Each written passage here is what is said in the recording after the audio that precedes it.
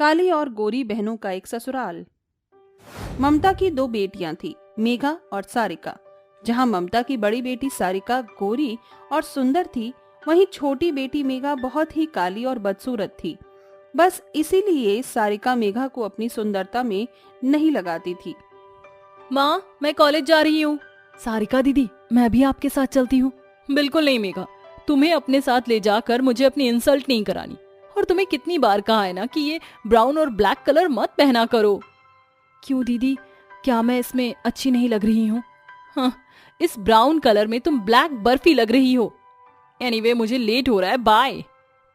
गोरीपन के घमंड में चूर सारिका अपनी छोटी बहन को काले होने का ताना मारकर कॉलेज चली जाती है। तभी मेघा की माँ ममता उसके आंसू पहुंचती है। माँ, भगवान ने मुझे इतना बदसूरत क्यों बनाया? मेरे काले रंग के कारण दीदी मुझसे कटी कटी रहती है, मुझसे अच्छे से बात भी नहीं करती। चुप हो जा बेटी, रो मत, एक दिन सब ठीक हो जाएगा। ममता मेघा के टूटे बिखरे मन को दिलासा दे देती है। ऐसे ही समय ढलता जाता है, जिसके साथ ममता सारिका की शादी के लिए रिश्ते देखने लगती है। और सारिका की तस्वीर देखने भर से शालिनी अपने बड़े बेटे आयुष और परिवार के साथ ममता के घर आती है। बहन जी, ये है सारिका। बेटी तो आपकी चांद का टुकड़ा है। वैसे मेरे आयुष का फैला हुआ बिजनेस है, जिसमें मेरा छोटा बेटा दर्श भी अब भाई के बिजनेस में हाथ बटाता है। फिर सारिका सभी को चाय सर्व करती है। तभी दर्श के हाथों से चाय की कप छूट जाता है। अरे बेटा, तुम्हारी शर्ट तो खराब हो गई। It's okay aunty ji. Bathroom कहाँ है, आप मुझे ये बता दीजिए। वहां सीधे जाकर। दर्श बाथरूम की तरफ जाने लगता है। तभी उसकी नजर रो रही मेघा पर पड़ती है। हर लड़की सपना देखती है कि एक दिन उनका राजकुमार घोड़े पर बैठकर उसे लेने आएगा, मगर मेरा ये सपना शायद अधूरा रह जाएगा। अरे वहां आपकी दीदी की शादी की बात चल रही है, आपको तो वहां होना चाहिए। नहीं, आज मेरी बहन के लिए बड़ा दिन है। मैं नहीं चाहती कि मेरी बदसूरती की वजह से मेरी बहन का घर बसने से पहले उजड़ जाए। अपनी बहन की खुशी के लिए मेघा का त्याग भाव दर्श के मन में घर कर जाता है। वहीं सारिका और आयुष की शादी पक्की हो जाती है। दर्श सारी रात मेघा के बारे में ही सोचता रहता है और अगली सुबह अपनी माँ के आगे मेघा से शादी की बात करता है। दर्श, तुझे क्या हो गया है? तू एक काली लड़की से शादी कैसे कर सकता है? मैं उस काली कलूटी लड़की को इस घर की बहू नहीं बनने दूंगी। तो एक बात आप भी सुन लीजिए माँ, मैं शादी करूंगा तो मेघा से। दर्श को जिद पर अड़ा देखकर शालिनी शादी के लिए हाँ कर देती है, जिसके बाद एक ही मंडप में उसके दोनों बेटों की शादी हो जाती है। और शालिनी गृह प्रवेश के साथ से काली बहू पर अपना गुस्सा निकालना शुरू कर देती है। आजा मेरी सुंदर बहू, अपने गोरे पैरों से इस कलश को घर में गिराकर गृह प्रवेश कर। जी माँ जी। गोरी बहू का गृह प्रवेश कराकर सास अपनी काली बहू को ससुराल के चौखट पर ही छोड़ देती है, जिसे देखकर ससुर बात को संभालते हुए कहता है, आजा मेघा बहू, शायद तेरी सास जल्दबाजी में थी, आजा।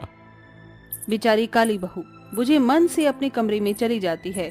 अगली सुबह शालिनी अपनी सुंदर बहू को सोता छोड़कर काली बहू की कमरे का दरवाजा पीट पीट कर उसे जगाती है। बहू, अरे ओ मेरी काली कमली बहू, अरे ओ जली उपली, जल्दी से उठ जा। सास की चिल्लाहट पर बेचारी बहू सहम कर दरवाजा खोलती है। माँ जी, आप क्यों नहीं होना चाहिए था? चल, पूरा घर बिखरा पड़ा है, जाकर सफाई कर। जहाँ एक तरफ मेघा की बड़ी बहन मजे से सो रही थी, वहीं मेघा सुबह का सूरज उगने से पहले ही ससुराल की सफाई में लग जाती है।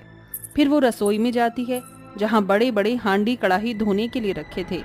ये देखकर मेघा अपनी सास से कहती है, माँ जी, ये तो शादी के खाने के बर्तन हैं, इसे तो हलवाई धोते हैं।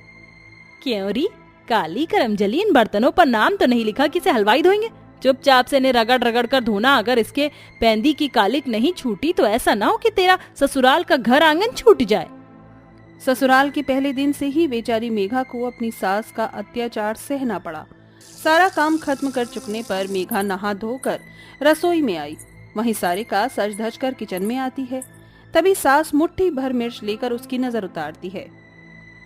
हे भगवान, मेरी बड़ी बहू की सुंदरता को किसी की नजर ना लगे।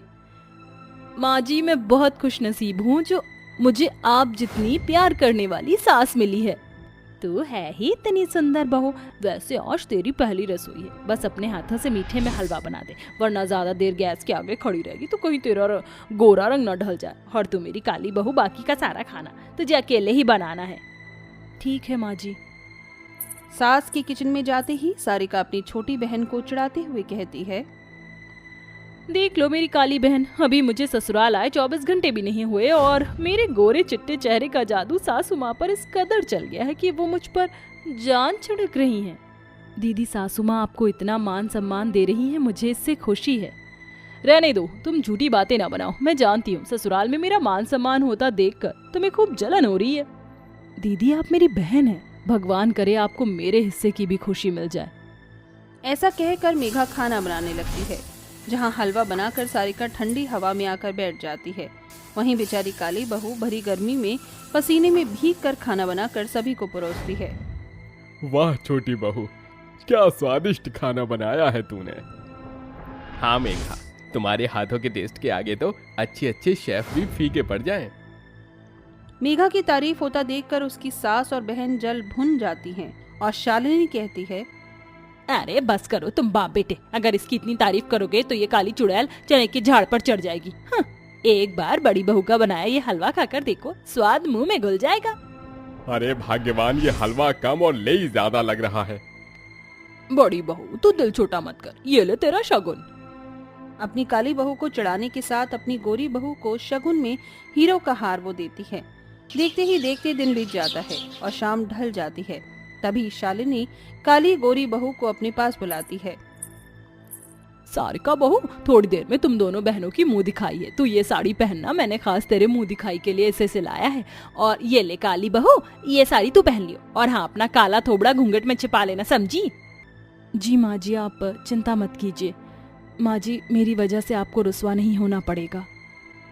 जहाँ एक तरफ मेघा अपनी सास की दी सस्ती साड़ी भी खुशी से पहन लेती है, वहीं सारिका अपनी सास की साड़ी न पहनकर बैकलेस ब्लाउज के साथ नेट की साड़ी पहनकर बिना घूंघट किए मुंह दिखाई के फंक्शन में आकर बैठ जाती है, जिसे देखकर सभी औरतें फुसफुसाने लगती हैं। अरे बड़ी बहू, मैंने तुझे जो साड़ी दी थी तूने वो क्यों नहीं पहनी? और ये कैसी बेढंगी साड़ी पहनी है? ओहो सासू माँ, बवाल मचा रही। आखिर मेरी साड़ी में क्या खराबी है? वैसे बुरा मत मानना सासू माँ, आपकी पसंद बहुत घटिया है। आज के टाइम में इतनी ओल्ड फैशन साड़ी कौन पहनता है? दीदी प्लीज चुप हो जाओ, देखो सारी औरतें माँ जी को देख रही हैं। अरे शालिनी, तेरी गोरी बहू तो बड़ी घमंडी और ढीठ है। ससुराल आए 4 दिन नहीं हुए और रंग ढंग दिखाने लगी। अरे हमें क्या छोड़ना, मुंह दिखाई करके चलते हैं। इसके बाद दोनों बहनें बैठ जाती हैं और एक एक करके सभी औरतें बारी बारी से गोरी काली बहू की मुंह दिखाई करके उन्हें तोहफा देती हैं। वहीं मेघा सभी औरत के पैर छूती है। सभी मेघा के गुणों की वाहवाही करते हैं। सभी के जाने के बाद सारिका और शालिनी में बहस होने लगती है। तभी मेघा की नजर झूमर पर जाती है। ये झूमर तो गिरने वाला है। माँ जी, दीदी हट जाइए। मेघा भागकर दोनों को बचा लेती है। इतने में झूमर गिर जाता है और कांच का टुकड़ा छिटक कर मेघा के हाथ पांव में चुभ जाता है। मेघा बहू तू ठीक तो है? माँ जी मैं ठीक हूँ। दीदी आप ठीक हो? इतने के बाद भी अपनी छोटी बहन को अपने लिए जान हाजिर करता देखकर सारिका और शालिनी पछतावे से भर जाती हैं। मेघा मेरी बहन, मुझे माफ कर देना। मैं बचपन से ससुराल तक तेरे काले रंग के लिए तुझ पर ताने कसती रही और तूने मुझे बचाया। दीदी आप मेरी बहन हो, मैं आपको खोना नहीं चाहती और रिश्तों में खट्टी मीठी नोक-झोंक तो होती है। आखिरकार मेघा के सुलझे साफ स्वभाव ने उसकी सास का मन जीत लिया। वहीं उसे अपनी बहन भी मिल गई। आज दोनों बहनें एक ही ससुराल के घर आंगन में घुल मिल कर रह रही हैं। शीतल क्लास में बैठी हुई अपनी सहेली मायरा से कहती है, मायरा, तुम इतने अमीर घर की लड़की हो, तुम्हारे पिताजी तो एक ना एक दिन तुम्हें मुझसे दूर ले जाएंगे। यार तुम ऐसा क्यों सोचती हो? मेरे पिताजी तुमसे दूर मुझे कहीं लेकर जाएंगे? माना मेरे पिताजी थोड़े अमीर हैं, तो इसका मतलब ये नहीं है कि वो मेरे ऊपर अपनी मन मर्जी चलाएंगे। अच्छा ऐसी बात है तो मुझसे वादा कर कि तुम मुझसे कभी अलग नहीं होगी और ना ही तू मुझे कभी छोड़कर जाएगी। मायरा शीतल के हाथ पर हाथ रखकर उसे वादा करती है, जिसके बाद वो दोनों अपनी कक्षा खत्म करके अपने घर लौट आते हैं।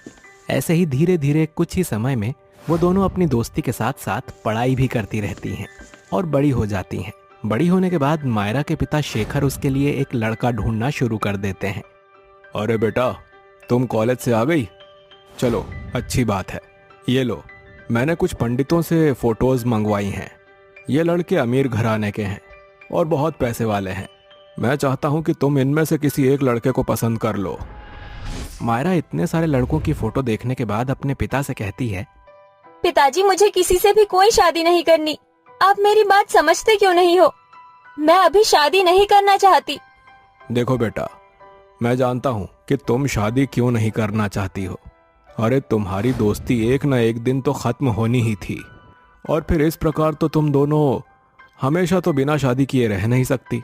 एक न एक दिन तो तुम्हारी सहेली शीतल की भी शादी होनी ही है। लेकिन तुम तो जानती ही हो, हमारा और उनका कोई मुकाबला नहीं है। बस यही तो फर्क है जिसकी वजह से मैं शादी नहीं करना चाहती। अब आप मुझे शादी के लिए और दबाव मत डालिए। ऐसा अपने पिता से कहने के बाद मायरा अपने कमरे में चली जाती है। कमरे में जाते ही वो अपनी सहेली शीतल को फोन करती है और उससे कहती है, कैसी है तू? कुछ देर पहले कॉलेज से जाते हुए तूने नहीं देखा था कि मैं कैसी हूँ? हे भगवान, लगता है आज फिर तेरे पिता ने तेरे लिए कोई लड़का ढूंढा है। हाँ, तभी तो तुझे कॉल किया है। तू तो जानती ही है मैं अपना वादा नहीं तोड़ना चाहती। तू ही बता मैं क्या करूँ? देख मायरा, उस वादे को भूल जाओ। वो तो मैंने बचपन में किया था, तब मैं नादान थी। लेकिन अब मैं बड़ी हो गई हूँ, तुझे भी अब बड़ा हो जाना चाहिए। तेरे पिताजी तेरे लिए अच्छा ही सोच रहे हैं। मैं तो कहती हूँ कि अपने पिता की बात मानकर किसी अच्छे लड़के से शादी कर ले। तभी मायरा के दिमाग में एक आइडिया आता है। नहीं यार, मैं तुझसे अलग नहीं होंगी। मैं चाहती हूँ कि हम दोनों एक ही घर में शादी करके जाएं। फिर तो हम कभी भी अलग नहीं होंगे। मायरा ऐसा कहकर फोन काट देती है, जिसके बाद वो सीधा अपने पिता के पास जाती है और उन्हें शादी के लिए हाँ कर देती है। लेकिन वो शादी के साथ साथ अपनी एक शर्त भी रखती है। देखो पिताजी, मैं चाहती हूँ कि मेरी सहेली की और मेरी शादी एक ही घर में हो, ताकि फिर हम कभी भी जुदा ना हो सके। अगर आपको मेरी ये शर्त मंजूर है तो मैं शादी करने के लिए तैयार हूँ।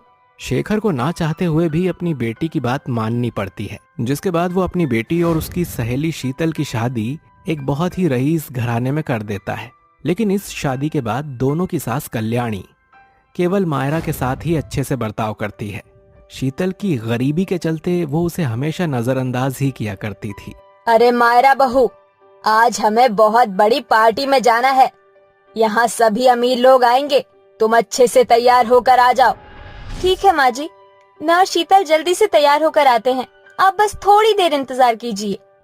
कल्याणी शीतल का नाम सुनते ही अजीब सा मुंह बना लेती है, जिसके बाद वो मायरा से कहती है, अरे नहीं मायरा बहू, वहाँ सिर्फ तुम ही चल सकती हो।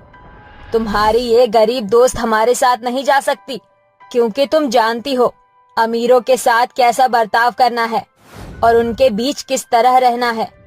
अगर हम शीतल को वहाँ लेकर जाते हैं तो ये हमारी इंसल्ट करवा सकती है। माँ जी, शीतल गरीब है तो क्या हुआ, उसे भी हमारी तरह रहना सहना आता है और मुझसे ज्यादा तहजीब उसके अंदर है। आप इस बात की चिंता मत कीजिए। ऐसा कहने के बाद मायरा शीतल का हाथ पकड़ती है और उसे अपने साथ अपने कमरे में ले आती है, जहाँ शीतल मायरा से कहती है, अरे मायरा, तुम खुद चली जाओ पार्टी में, मेरा मन नहीं कर रहा। तुम जानती हो ना, वहाँ तुम जैसे अमीर लोग आएंगे और मेरा उनके साथ उठना बैठना पता नहीं उन्हें अच्छा लगेगा कि नहीं। ओहो, लगता है कि किसी को माँ जी की बात का बुरा लग गया है। देखो शीतल, तुम मेरी सहेली हो और हमेशा मैंने कभी तुम्हें अपने से कम नहीं समझा, और इस पार्टी में हम दोनों जरूर जाएंगे। मायरा ऐसा कहने के बाद खुद भी तैयार होती है और शीतल को भी अच्छे से तैयार कर देती है। वो दोनों कल्याणी के साथ पार्टी में चली जाती हैं, जहां कल्याणी केवल मायरा को ही सभी मेहमानों के साथ इंट्रोड्यूस करवाती है। इससे मिलो, ये मेरी बहू है। इसके पिता बहुत बड़े आदमी है और ये लोग बहुत ज्यादा अमीर है। अरे दहेज में भी 5 किलो सोना लेकर आई है मेरी बहू। कल्याणी मायरा की तारीफों के पुल बांधना शुरू कर देती है। ये सब शीतल को बहुत अटपटा लगता है और उससे ये सब बर्दाश्त भी नहीं हो पाता, जिसके चलते वो गुस्सा होकर चुपचाप से वापस गाड़ी में आकर बैठ जाती है। पार्टी खत्म होने के बाद मायरा भी शीतल को इधर उधर ढूंढना शुरू कर देती है। पता नहीं ये शीतल कहाँ चली गई। जैसे ही उसकी नजर गाड़ी की तरफ पड़ती है, उसे शीतल गाड़ी में बैठी हुई नजर आती है। वो उसके पास जाती है। अरे तुम यहाँ बैठी हो, मैं तुम्हें कब से ढूंढ रही थी। क्या हुआ, सब कुछ ठीक तो है ना? माँ जी को तुम्हारे अलावा और कुछ तो दिखाई देता ही नहीं। ऊपर से जानबूझकर तुम भी मुझे यहाँ ले आई। सारी गलती तुम्हारी ही है। अरे क्या हुआ, बोलती क्यों नहीं हो? वहाँ के माहौल में मेरी तबीयत खराब हो गई थी, इसलिए मैं गाड़ी में आकर बैठ गई। चलो घर चलते हैं। उस दिन के बाद से शीतल के मन में मायरा को लेकर एक द्वेष आ जाता है, जिसके बाद वो हमेशा मायरा के बने बनाए कामों को बिगाड़ना शुरू कर देती है। जहां वो बचपन की बहुत अच्छी दोस्त थी, वहां शीतल अब मायरा की दुश्मन बन जाती है। बहुत लाडली है ना ये, आज मैं इसको सबक सिखाकर ही रहूंगी। मायरा रसोई में सबके लिए खाना बनाती है और शीतल उसके थोड़े से भी यहाँ वहाँ होने के बाद उसके सारे खाने को बर्बाद कर देती है और खाने के अंदर जमाल गोटा मिला देती है। जैसे ही सब लोग यहाँ जमाल गोटा मिलाया हुआ खाना खाएंगे तो सबको उनकी नानी याद आ जाएगी। सब कुछ शीतल के प्लान के मुताबिक होता है। जमाल गोटा मिलाने की वजह से सभी के पेट खराब हो जाते हैं, जिसके चलते कल्याणी भी मायरा से मुंह बना लेती है। जहां तो कल्याणी और घर के बाकी सदस्य मायरा की अमीरी के चलते उससे बहुत खुश थे, अब सभी लोग उससे बहुत ज्यादा नाराज हो जाते हैं, जिसके चलते मायरा अपने कमरे में बैठी हुई रोते हुए खुद से कहती है, पहले ऐसा कभी नहीं होता था। आजकल तो शीतल के भी हाव भाव बदल गए हैं। कहीं उसी की वजह से तो ऐसा कुछ नहीं हो रहा। मायरा शीतल के ऊपर नजर रखती है, जिसके चलते उसे ये सब पता चल जाता है कि इन सब के पीछे शीतल का ही हाथ है। और एक दिन वो उसे रंगे हाथ पकड़ लेती है। वाह शीतल वाह, मैं अभी थोड़ी देर पहले ही ये सारे कपड़े धोकर गई थी और तुमने इन कपड़ों के ऊपर नील डाल दिया ताकि सब लोग मेरे ऊपर गुस्सा करें।